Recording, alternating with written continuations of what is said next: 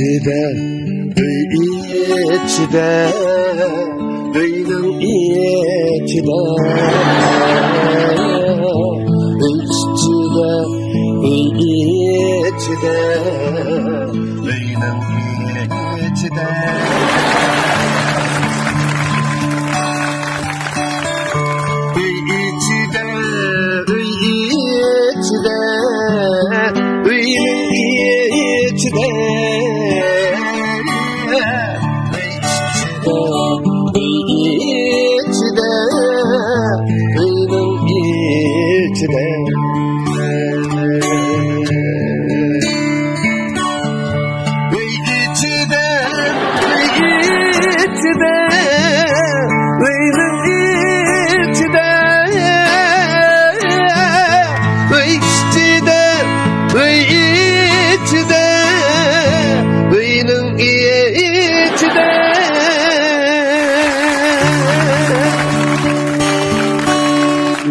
Gelsin dedi.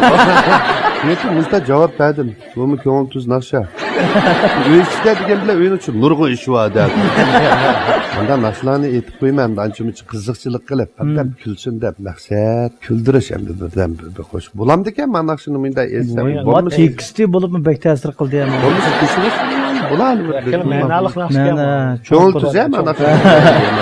Biz ham birini angladik aka. Qiziqchilik qilib aytdik ana shuni. Normal bizniki Sherzat maytaqdik. Sherzat ishlagan muhabbatim sen degan bir naqshi bor. Abduvali bilan Bilgina Mollamat aytib chiqdi-ku, uning oldida Sherzat aytgan. Shu naqshini men bir aytib beray. Qurbatimning yetishicha yaptirib olishlarni tushunchaman. Dildin söygen yarımga soğuğa kıldım akşamni Zepmu güzel muhabbetlik kulun aylık akşamni Dildin söygen yarımga soğuğa kıldım akşamni Zepmu güzel muhabbetlik